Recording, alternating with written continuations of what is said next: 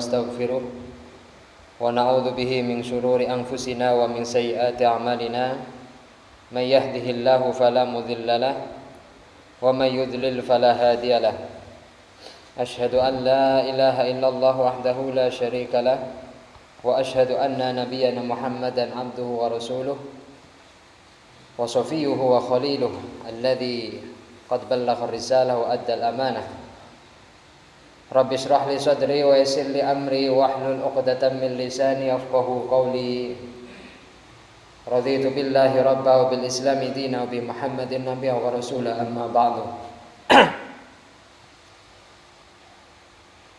Ma'asyiral muslimin, hadratal mukarramin, para alim, para ulama, para ustadz, ustadzah, sesepuh, bini sepuh, para bapak, para ibu, adik-adik, santri, semuanya yang semoga selalu dirahmati Allah Subhanahu wa taala.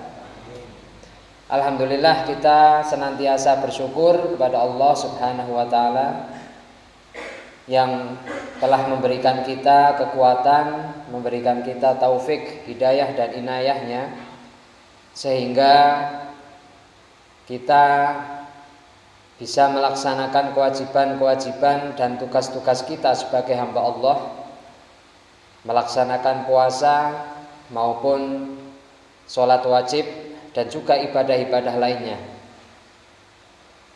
Alhamdulillah kita sudah memasuki 18 hari, artinya sudah 17 hari kita tuntas melaksanakan ibadah bulan puasa pada tahun ini. Semoga apa yang telah kita laksanakan diterima oleh Allah Subhanahu wa taala, dan yang akan kita laksanakan semoga kita diberi kekuatan dan semoga juga diterima semuanya oleh Allah Subhanahu wa ta'ala. Ikhwani fillah, arsyadani wa arsyadakumullah. Kita umat Islam diajarkan oleh Rasulullah sallallahu alaihi wasallam untuk senantiasa mengoreksi diri, menghitung diri. Kira-kira kita sudah meningkat lebih baik hari ini dari hari yang kemarin atau justru sebaliknya.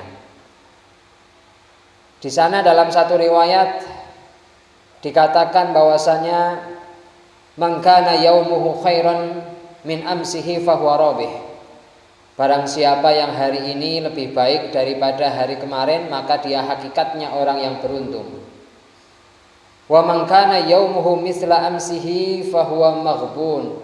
Barang siapa yang hari ini sama saja dengan hari kemarin, tidak ada peningkatan, maka dia tertipu. Wa man kana yaumuhu syarran min amsihi fahuwa mal'un.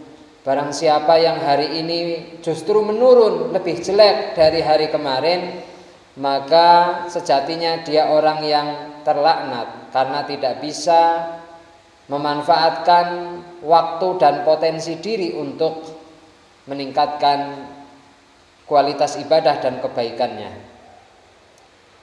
Riwayat ini menjadi salah satu prinsip bagi kita, bahwa kita umat Islam itu dikehendaki oleh Allah dan Rasul-Nya untuk selalu meningkat dan meningkat. Jikalau misalnya kemarin kita 1 juz ibaratnya, hari ini paling tidak meningkat 1 juz plus berapa baris atau berapa halaman. Ibaratnya seperti itu. Ketika kemarin kita mampu bersedekah dengan 1.000 rupiah misalnya, maka hari ini mungkin kita bisa tingkatkan lagi dengan 1.500 atau yang lebih banyak dari itu dan seterusnya. Maka itu adalah upaya-upaya kita untuk terus meningkat, supaya prestasi kita di sisi Allah Subhanahu wa taala juga terus meningkat. Begitupun Bapak Ibu sekalian, kita berada di bulan Ramadan ini.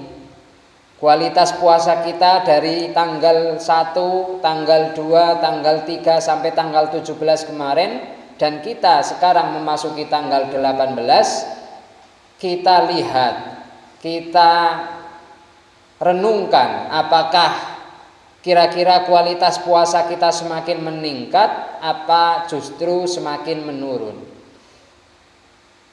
Kalau di awal-awal, biasanya kalau orang di awal itu menggebu-gebu, puasanya penuh semangat. Sebagaimana kalau anak sekolah itu kan kalau di tingkat pertama semangatnya luar biasa karena baru masuk sekolah itu kan, SMP maupun SMA. Kalau di kelas-kelas pertengahan ya, kelas 8 atau kelas 11 mulai menurun ya, semangatnya mulai bosen dan seterusnya. Nanti semangat lagi menjelang akhir karena hampir lulusan gitu ya.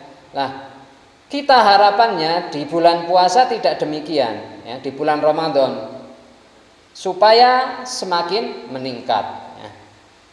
Ramadan kalau kita lihat maknanya secara bahasa dari kata Ramadan yang artinya adalah membakar. Apa yang dibakar? Yang dibakar kalau kata para ulama adalah dibakar dosa-dosa kita ya, dibakar rasa malas kita. Lah, itulah kenapa kemudian bulan ini dinamai bulan Ramadan, karena dosa-dosa kita, rasa malas kita, hawa nafsu kita itu dibakar, digembleng ya. Sehingga bulan ini dinamai bulan Ramadan yang berasal dari kata romdo atau romado, yaitu artinya membakar. Nah, ini Bapak Ibu sekalian, bahwa kita di bulan Ramadan ini memang digembleng, dibakar dengan berbagai macam pendidikan oleh Allah Subhanahu wa taala untuk supaya selalu meningkat. Nah, sampai kepada hari ini Bapak Ibu sekalian, kita perlu introspeksi ya, melihat diri kita tentunya dengan keseimbangan, dengan khauf dan roja kita. Di sana ada khauf, ada rasa kekhawatiran, jangan-jangan 17 hari yang sudah kita lalui ada yang kurang, ada yang tidak diterima misalnya. Tetapi juga diimbangi dengan rasa roja, yaitu adalah harapan, optimisme kepada Allah Subhanahu wa taala bahwasanya kita sudah berusaha melakukan yang terbaik, insya Allah Allah Subhanahu wa taala akan menerimanya. Kita juga perlu bersyukur pada hari ini, kita sudah sekian hari kita lakukan. Ini adalah luar biasa. Kita ditakdir oleh Allah Subhanahu wa taala bisa puasa, bisa sujud, bisa membaca Al-Qur'an, bisa sedekah, berbuat baik kepada sesama. Ini merupakan sesuatu yang sangat luar biasa bagi kita kehidupan di dunia ini, yang itu akan dikenang ketika nanti kita di akhirat. Di akhirat nanti kita akan kangen terhadap aktivitas-aktivitas dunia kita, diantaranya adalah sujud kita. Karena nanti di akhirat sudah tidak ada sujud lagi, kita sudah tidak ada ibadah-ibadah seperti halnya kita di dunia. Nah, maka khauf dan roja ini harus seimbang. Bagaimana kita memiliki rasa kekhawatiran, jangan-jangan ibadah-ibadah yang kita lakukan masih ada yang bolong, masih ada yang belum sesuai dengan syarat rukunnya. Sehingga dengan begitu bagaimana kita selalu introspeksi, kita selalu menilai diri sehingga meningkatkan kualitas ibadah kita itu. Dengan rasa rojak tadi, dengan rasa harapan, optimisme, ya, rasa syukur kepada Allah Subhanahu wa taala, maka kita semakin semangat bahwasanya di sana Allah Subhanahu wa taala menjanjikan terhadap orang yang beribadah itu ada pahala, ada surga, ada perjumpaan dengan Allah Subhanahu wa taala di akhirat nanti. Ikhwani fillah azanillahu wa iyyakum. Itulah mengapa salah satu ciri tadi ya, orang-orang yang beriman adalah ketika dia melakukan suatu ibadah itu dia merasa ada kekhawatiran, ada takut ya. Jangan-jangan tidak diterima tadi ya. Di dalam surat Al-Mu'minun ayat 60 Allah Subhanahu wa taala berfirman, "Walladzina yu'tuna ma ataw wa qulubuhum wajilah annahum ila rabbihim raji'un."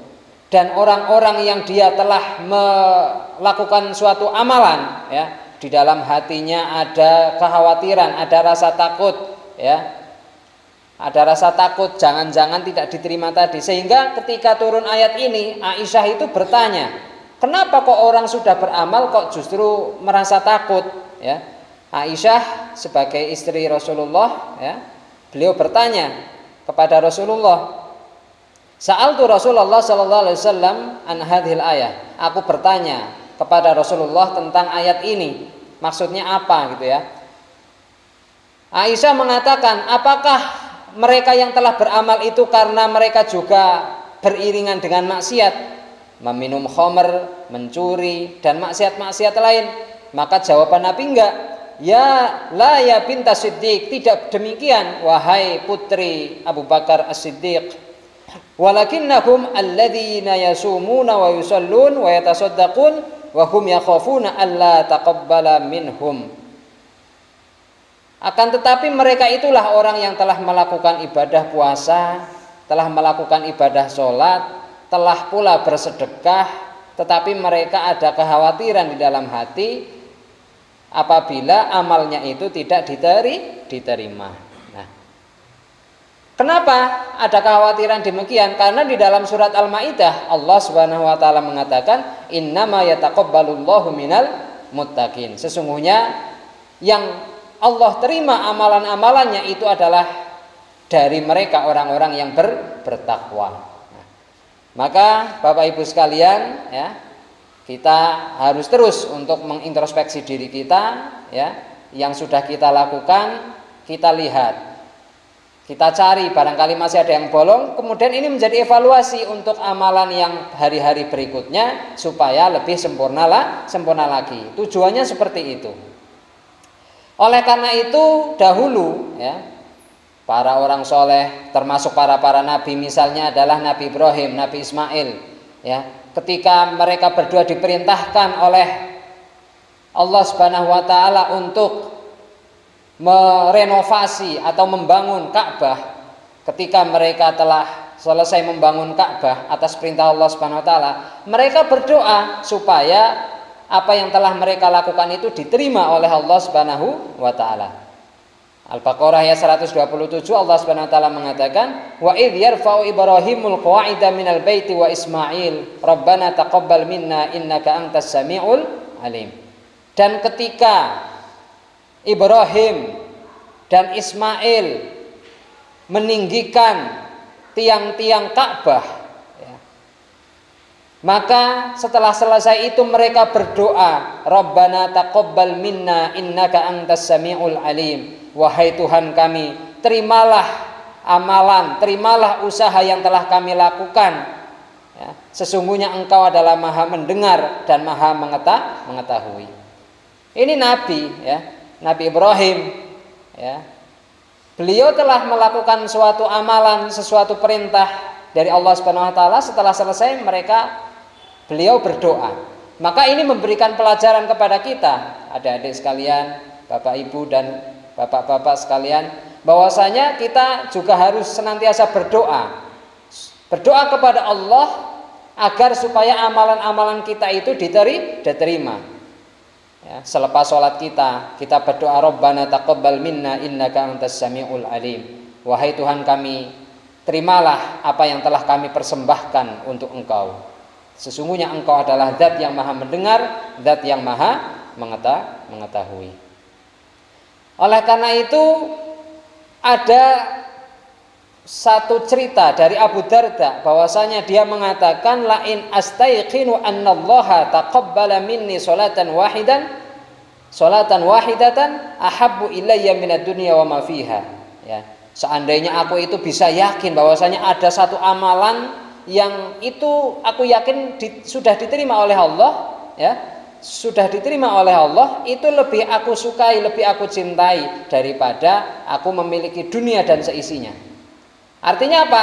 Abu Darda menyampaikan bahwasanya jikalau sudah ada jaminan satu amal saja yang diterima oleh Allah, aku mengetahui itu lebih aku sukai, lebih aku cintai daripada aku memiliki dunia ini dan seisinya. Nah, inilah Bapak Ibu sekalian, ya, kita harus terus berupaya, ya, supaya amal-amal kita itu diterima. Tentu adalah dengan melakukan amalan itu sesuai ilmunya, sesuai dengan tata caranya. Kita mengikuti tuntunan dari Nabi Muhammad SAW. Kemudian setelah kita melakukan amalan tersebut, kita melakukan doa, ya, doa supaya amalan kita itu diterima. Ikhwani fillah azani Allah wa iyyakum, bahwasanya para sahabat, ya, dahulu di bulan Ramadan senantiasa untuk mengoptimalkan ibadah-ibadah yang mereka lakukan. Termasuk baginda Nabi Muhammad SAW tentunya, yang beliau adalah menjadi panutan kita semua dan panutan para sahabat waktu itu, ya. Maka beliau baginda Rasulullah SAW, ya, sekarang ini kan masih berada di 10 pertengahan, ya. Kita itu kan masih berada di 10 pertengahan. Ternyata baginda Nabi SAW itu juga sudah melakukan iktikaf, ya, tidak hanya menanti ketika 10 hari akhir, tetapi baginda Nabi di dalam riwayat Imam Bukhari dan Imam Muslim, ya, dari Abu Sa'id Al-Khudri, itu juga telah melakukan iktikaf di 10 pertengahan ini, ya. Karena Rasulullah sallallahu alaihi wasallam ya'takifu fil ashril awsat min Ramadan, ya, bahwasanya Rasulullah sallallahu alaihi wasallam itu juga membiasakan beriktikaf di 10 hari pertengahan dari bulan Ramadan. Sampai-sampai beliau bercerita bahwasanya ketika memasuki hari ke-21, ya, hari ke-21 beliau masih beriktikaf. Kemudian pagi-paginya beliau keluar masjid, beliau mengingat-ingat dan menceritakan kepada para sahabat, aku tadi malam beriktikaf, ya, dan terjadi hujan lebat, ya, di Madinah waktu itu terjadi hujan lebat, padahal masjidnya baginda Nabi waktu itu tidak seperti sekarang. Sekarang masjid sangat nyaman, ya, berkeramik, bahkan banyak masjid ber-AC, minimal kipas angin, ya, semuanya serba nyaman. Dahulu baginda Nabi SAW masjidnya tidak senyaman ini, jauh sekali, ya. Alasnya masih berupa pasir, atapnya masih berupa pelepah kurma. Beliau beriktikaf dan terjadi hujan, sampai-sampai beliau sujud itu di atas pasir yang kena hujan tadi, sehingga ketika di waktu pagi beliau itu di sininya penuh dengan pasir, ya, di keningnya dan di baju-bajunya itu banyak pasirnya, sehingga itu diceritakan kepada para sahabat, dan kemudian beliau menyampaikan kepada para sahabat, kalian yang 10 pertengahan ini ikut itikaf dengan saya, lanjutkan, tingkatkan sampai di 10 hari yang terakhir.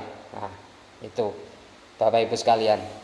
Ini betapa Rasulullah SAW, seorang yang sangat mulia, yang sudah jaminan surga, yang sudah pasti tidak punya dosa, beliau beribadahnya masih demikian.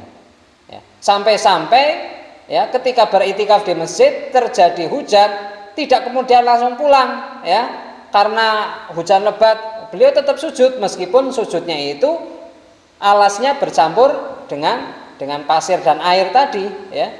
Nah, apa yang dilakukan oleh Rasulullah ketika memasuki, ya, 10 hari yang terakhir ini, ya, setelah melewati 10 pertengahan, apa yang kemudian dilakukan oleh Rasulullah SAW?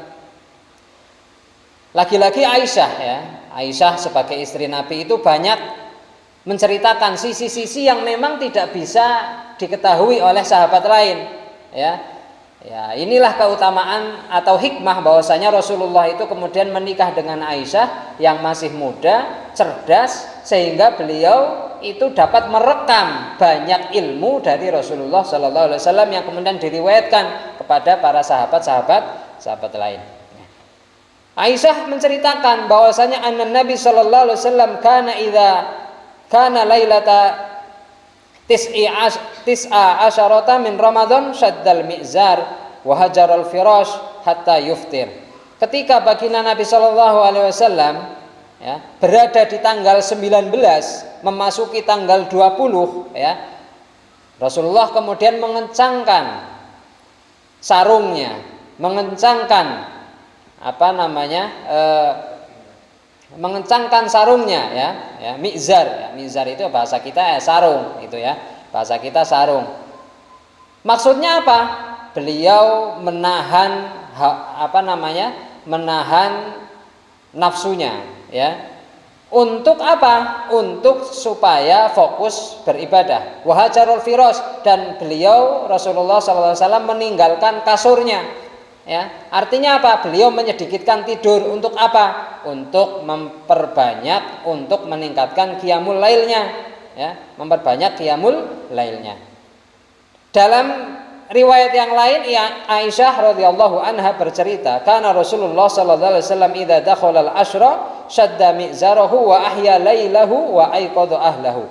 Ketika Rasulullah sallallahu alaihi wasallam memasuki 10 hari terakhir bulan Ramadan ini, beliau mengencangkan ikat sarungnya kemudian wa ahya lailahu, dan menghidupkan malamnya dihidupkan dengan ibadah-ibadah dengan sholat tarawih, dengan membaca Al-Quran dan seterusnya wa aiqadha ahlahu, dan juga Rasulullah kemudian membangunkan keluarganya untuk diajak bareng-bareng beriktikaf dan beribadah di dalam masjidnya.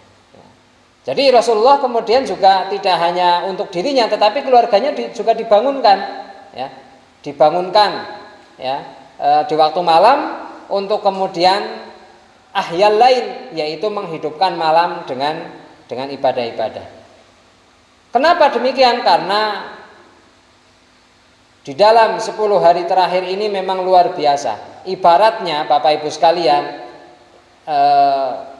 Al-Imam Ibnu Al-Jauzi beliau menceritakan dalam salah satu kitabnya menganalogikan bahwasanya ibaratnya adalah orang yang melakukan lomba larikah, lomba pacu kudakah, lomba-lomba seperti itu pasti akan dinilai juara, akan dinilai sebagai pemenang adalah ketika dia menuntaskan sampai finish yang terakhir. Seorang atlet akan dinilai sebagai pemenang, sebagai juara manakala dia bisa melalui medan lombanya itu sampai kepada garis finish yang terakhir. Itu dianggap selesai lomba. Kalau yang dianggap menang adalah dia yang kemudian bergegas-gegas, artinya bergegas dengan banyak amalan-amalan yang dia itu sehingga nanti menjadi pemenang, memiliki banyak pahala di sisi Allah Subhanahu wa taala.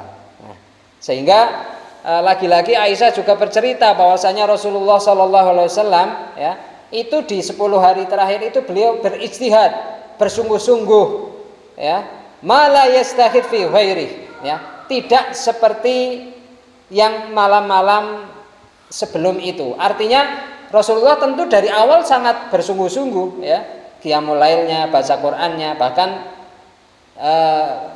kemarin-kemarin kami sampaikan juga di sini bahwasanya Rasulullah itu di setiap bulan Ramadan itu kan bertadarus dengan malaikat Jibril, yang kemudian menghatamkan dalam satu bulan Ramadan, menghatamkan sekali, kecuali di tahun terakhir beliau wafat itu menghatamkan dua kali. Itu saling tadarus dengan malaikat Jibril. Rasulullah tentu sangat bersungguh-sungguh. Nah, kesungguhan Rasulullah di dalam beribadah, di dalam membaca Al-Quran, di dalam bersedekah dan seterusnya, itu lebih-lebih beliau tingkatkan ketika memasuki 10 terakhir ini. Nah, kadang kita kebalik, ketika sudah 10 terakhir malah kita kemudian semakin kendu, ya, semakin keluar dari masjid, kemudian pindah ke mal-mal, pindah ke swalayan-swalayan. Nah, ini yang kemudian menjadi perhatian kita. Bukannya tidak boleh, itu boleh, tidak haram. Seperti itu tidak haram, tetapi ya, artinya adalah dia menyia-nyiakan kesempatan yang diberikan oleh Allah Subhanahu wa taala dengan ladang pahala yang super dahsyat. Ibaratnya dikasih bonus oleh Allah Subhanahu wa taala dengan sangat banyak sekali, dikasih door prize, yang door prize-nya itu tidak main-main, ya. Door prize-nya itu adalah pahala ibadah yang kemudian nilainya itu lebih baik daripada orang beribadah 1000 bulan, ya. Ketika orang mendapati malam Lailatul Qadar, ya, Lailatul Qadar itu kan khairum min alfi syahr, lebih baik, lebih utama dari 1000 bulan. 1000 bulan itu kalau kita hitung 1000 bulan, 1 bulan 30 hari, berarti ada berapa? 30.000 hari. 30.000 hari kalau kita bagi 365 hari dalam setahun berarti 83 tahun. Padahal itu satu malam. Bandingannya kita melakukan ibadah 83 tahun. Dan itu pasti diterima. Pasti diterima kalau kita menjumpai Lailatul Qadar tadi. Jadi ibaratnya kita melakukan ibadah 83 tahun dan pasti sudah jaminan diterima. Gitu ya. Kita yang sekarang usianya masih 20 tahun, 30 tahun, 40 tahun, 50 tahun, ibadah kita yang kita yakin diterima berapa persen? Ya, yang kita yakin diterima sudah berapa? Ya. Tetapi kalau kita Lailatul Qadar, ya, itu sudah jaminan Lailatul Qadar itu pasti diterima semuanya. Ya. Inilah Bapak Ibu sekalian bahwasanya bonus atau keistimewaan dari Allah Subhanahu wa taala itu memang sangat luar biasa, ya. Tidak tanggung-tanggung, ya, bahwasanya satu malam Lailatul Qadar lebih baik, ya, dari 1000 bulan, ya. Nah, maka jangan sampai kita kemudian habiskan di sisa terakhir nanti, ya, 10 hari terakhir. Sekarang kita masih di 18, ya. Jangan dihabiskan untuk kemudian kepentingan-kepentingan hari raya saja. Syukur hari raya kepentingan-kepentingannya, misalnya kita ingin beli baju yang baru, kita ingin beli kue-kue dan seterusnya, ya. Kita atur waktunya sedemikian rupa supaya apa? Supaya tidak mengganggu ibadah kita. Tentu kita sangat baik sekali ketika menyiapkan hari raya dengan kegembiraan, dengan banyak hidangan, dengan baju baru sebagai ungkapan rasa syukur kita kepada Allah Subhanahu wa taala. Tentu itu baik, ya. Tetapi jangan sampai hal yang nilainya kebaikan itu biasa saja mengalahkan sesuatu yang kebaikannya itu luar biasa, ya. Seperti itu, nggih. Jadi kita sebagai umat Islam itu perlu prioritas, ya, skala prioritas, ya, skala prioritas. Kira-kira kita atur kapan kita waktu untuk menyiapkan hari raya. Kita kalau bisa lakukan itu selesai dalam 1 hari, ya udah selesai dalam 1 hari. Cari baju baru misalnya, ya, menyiapkan kue-kue dan seterusnya, ya. Atau itu misalnya udah nanti saja di H-1 misalnya baru nyari dan seterusnya. Nah, sehingga ketika kita bisa mengatur waktu kita tidak menyia-nyiakan kesempatan yang sangat luar biasa yang diberikan oleh Allah Subhanahu wa taala ini. Bapak Ibu sekalian yang dirahmati Allah Subhanahu wa taala, ada beberapa kebiasaan Rasulullah yang mungkin bisa kita tiru, ya, di 10 hari terakhir ini, ya, di 10 hari terakhir nanti, ya. Selain menghidupkan malam dengan ibadah, Rasulullah itu juga membiasakan, ya, dalam satu riwayat membiasakan mandi di setelah ba'da maghrib sampai isya. Jadi baik al-ikhtisal bainal isya'aini, yaitu mandi antara maghrib dan isya. Ya, Rasulullah membiasakan ini. Beliau ketika setelah berbuka puasa, tentu setelah sholat maghrib, ya, kemudian beliau sebelum isya itu mandi dulu, ya, mandi, ya. Beliau biasakan itu, ya, di 10 hari terakhir nanti beliau biasakan mandi itu. Tujuannya apa? Tentu di sini banyak hikmah.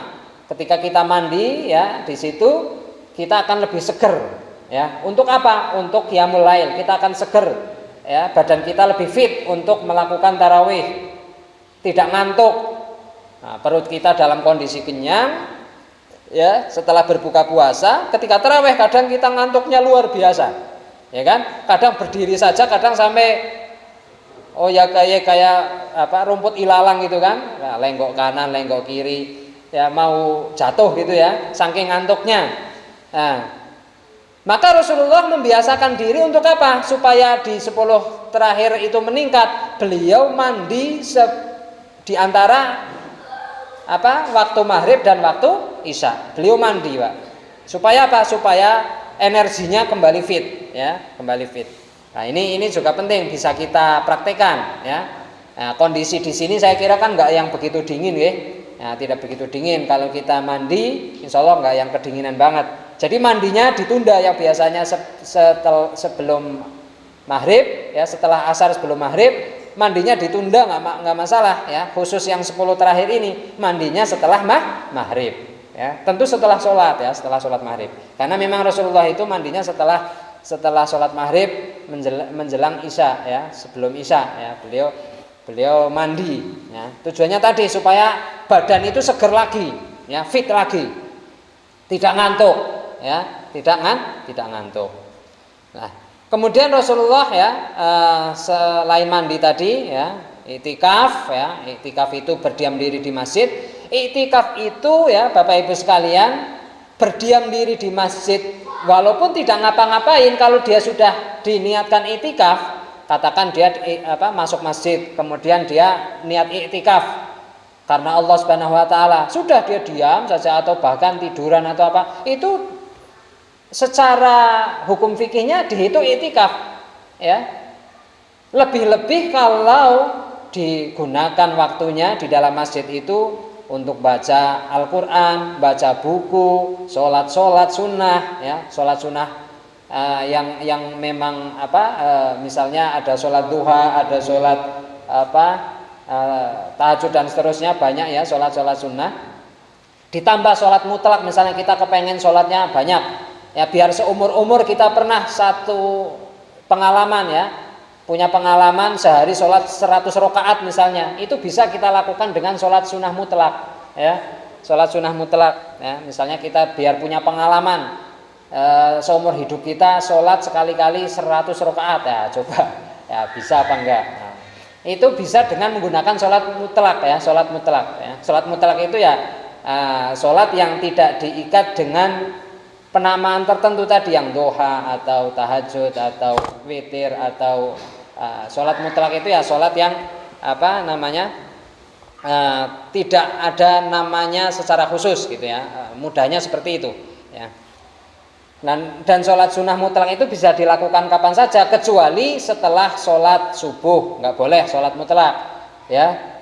Setelah sholat asar nggak boleh sholat mutlak, atau di waktu matahari terbit, atau di waktu matahari terbenam, atau ketika matahari tepat di atas kepala kita, yaitu waktu menjelang duhur, itu tidak boleh sholat mutlak. Selain itu boleh, bebas waktunya sholat mutlak itu ya. Nah, jadi bisa saja kita di dalam masjid memperbanyak sholat dengan sholat mutlak tadi ya. Kalau baca Al-Quran, misalnya baca Al-Quran sudah hatam berkali-kali, atau misalnya kepengen baca yang lain, silahkan ya, iktikaf di masjid sambil membawa buku-buku yang bermanfaat untuk kita, buku motivasi atau buku-buku tentang kewirausahaan, supaya nanti setelah Ramadan kita bisa mempraktekkan teori kewirausahaan dengan lebih kita sudah punya ilmunya dan seterusnya. Silahkan ya, yang penting itu adalah dalam hal kebaikan. Jangan kemudian iktikaf di masjid kemudian dia bawa HP kemudian malahan tiktokan aja di dalam masjid. Nah, itu iktikafnya nanti malah nggak bernilai karena terlalu banyak ranjaunya ya kalau dengan bermain medsos di dalam dengan HP gitu kan, baik dengan TikTok, dengan IG dan seterusnya, kan banyak ranjaunya, banyak hal-hal yang kadang tiba-tiba kok ada seperti ini dan seterusnya. Itulah Bapak Ibu sekalian ya, beberapa hal penting ya yang memang sangat pokok dilakukan oleh Rasulullah Sallallahu Alaihi Wasallam, yaitu qiyamul lail kemudian mandi tadi ya setelah maghrib sebelum isya, kemudian adalah iktikaf. Iktikaf ya dilakukan di situ dengan ibadah-ibadah yang mudah saja bagi kita, yang enggak berat-berat, supaya kita betah lama di masjid, kira-kira apa gitu ya. Nah, kemudian Bapak Ibu sekalian, bahwasanya yang perlu kita perhatikan bahwa jangan sampai kita selesai Ramadan nanti kemudian kita tidak dapat apa-apa. Inilah yang kemudian dikhawatirkan oleh orang-orang soleh ya. Sehingga Nabi pun ya pernah memberikan peringatan kepada kita, kepada para sahabat waktu itu ya, sebagaimana diriwayatkan dari Abu Hurairah bahwasanya Rasulullah SAW itu mengatakan, wa rahima anfu rajulin dakhala alaihi Ramadan tsumma salaha qabla ayyughfar lahu. Celaka kata baginda Nabi, rugi itu kan, rugi, betul-betul rugi yang sangat pailit gitu kan. Ya, bahasanya itu rohima anfurojulin. Ini kalau bahasa kita ya rugi yang betul-betul sangat rugi, pailit gitu ya. Orang yang dia menjumpai Ramadan, memasuki bulan Ramadan, sampai bisa selesai dari bulan Ramadan, tetapi dosanya tidak diampuni. Artinya apa? Amalan yang dilakukan di dalam Ramadan nggak jelas, gitu kan? Tidak memanfaatkan momen-momen Ramadan dengan puasanya, dengan tilawahnya, dengan sedekahnya, dengan berbuat baik kepada sesama, tidak dimanfaatkan untuk itu ya. Maka celaka, rugi besar kata baginda Nabi, karena wong tadi sudah dikasih bonus banyak kok tidak dimanfaatkan ya. Maka ini juga menjadi peringatan keras bagi kita semua supaya kita mengoptimalkan betul ya bulan suci Ramadan ini. Kita juga dengan upaya kita, usaha kita sebagai manusia awam, tentu kita juga banyak kelemahan, banyak kekurangan. Tentu hal yang wajar ketika kita muncul malas, ketika kita muncul kemudian aras-arasan dan seterusnya, tergoda dengan gemebiarnya dunia luar dan seterusnya. Tentu ini wajar, ini manusiawi. Tapi bagaimana kemudian kita mengatur itu semua ya? Jangan kemudian terjebak di hal-hal yang kurang bermanfaat tadi. Makanya kita juga harus sering-sering berdoa ya, sering-sering berdoa. Rasulullah SAW itu kan pernah memberikan wasiat kepada Mu'adz bin Jabal ya. Mu'adz bin Jabal salah satu sahabat baginda Nabi Muhammad SAW, yang sahabat ini ya, ketika baginda Rasulullah itu wafat, beliau masih muda sekali, Mu'adz bin Jabal, yang diutus salah satunya dakwah ke Yaman ya. Rasulullah pernah berwasiat kepada Mu'adz, ya Mu'adz, wallahi inni la uhibbuk. Mu'adz, sungguh aku sangat mencintaimu. Itu Rasulullah yang bilang itu pada Mu'adz. Kira-kira kalau kita seperti itu kan oleh Rasulullah, bagaimana itu ya? Bungahnya kita, bahagianya kita. Wallahi inni la uhibbuk ya, diucapkan oleh Rasulullah ya beberapa kali. Kemudian Rasulullah berwasiat kepada Mu'adz, usika ya Mu'adz la tada'anna fi duburi kulli sholatin taqul, kamu jangan sekali-kali ya meninggalkan satu doa setiap selepas sholat yang kita sudah sering melakukannya barangkali dan semuanya mungkin kita hafal. Doa apa? Allahumma inni ala dzikrika wa syukrika wa husni ibadatika. Allahumma a'inni, ya Allah, tolonglah aku, berikanlah pertolongan kepadaku, ala dzikrika, untuk terus mengingatmu, untuk terus berzikir kepadamu, untuk terus beribadah kepadamu, wa syukrika, dan untuk terus bersyukur kepadamu, wa husni ibadatik, dan untuk memiliki ibadah yang baik kepadamu. Nah, ini doa ini terus kita panjatkan Bapak Ibu sekalian, supaya apa? Kita diberi kekuatan. Karena hakikatnya kita bisa melakukan ibadah dengan baik, dengan maksimal, hakikatnya juga pertolongan dari Allah Subhanahu wa taala. Maka kita harus terus untuk berdoa ini supaya kita di akhir-akhir bulan Ramadan ini kita diberi kekuatan oleh Allah untuk memaksimalkan ibadah kita, dan kita diberi rizki oleh Allah dengan ibadah yang terbaik.